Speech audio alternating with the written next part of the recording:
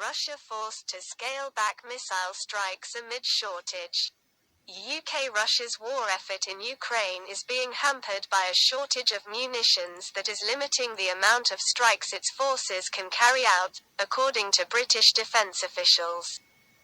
In its daily update, the UK Ministry of Defence said on Saturday that Russia has dealt with troop shortages by augmenting its forces with tens of thousands of reservists since October.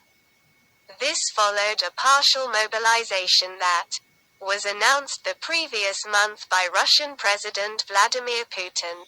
Although the draft was beset with complaints that it was botched, despite this increase in personnel, a shortage of munitions highly likely remains the key limiting factor on Russian offensive operations, the defense officials said. The assessment said that the limited availability of cruise missiles had meant that Russia had probably limited long-range missile strikes against Ukrainian infrastructure to around once a week. It added that Russia was also unlikely to have increased its stockpile of artillery munitions enough to allow for large-scale offensive operations.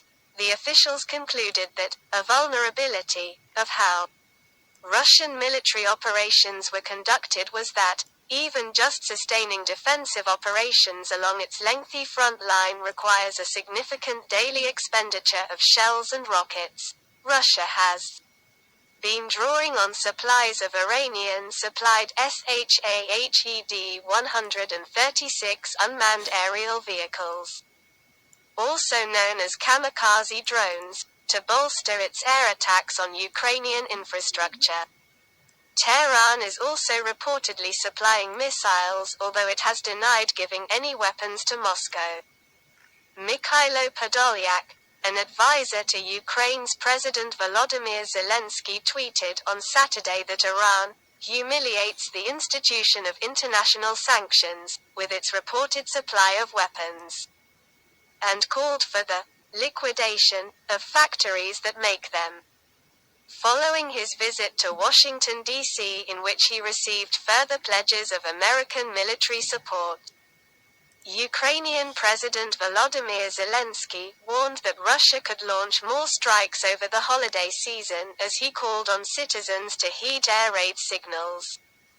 He then switched from Ukrainian to Russian at the end of his nightly address to say that citizens of Russia must clearly understand that terror never goes unanswered. Meanwhile, the U.S.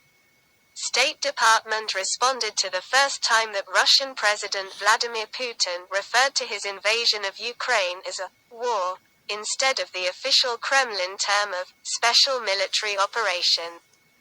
Finally, after 300 days, Putin called the war what it is, the spokesperson said. As a next step, we urge him to end this war by withdrawing his forces from Ukraine.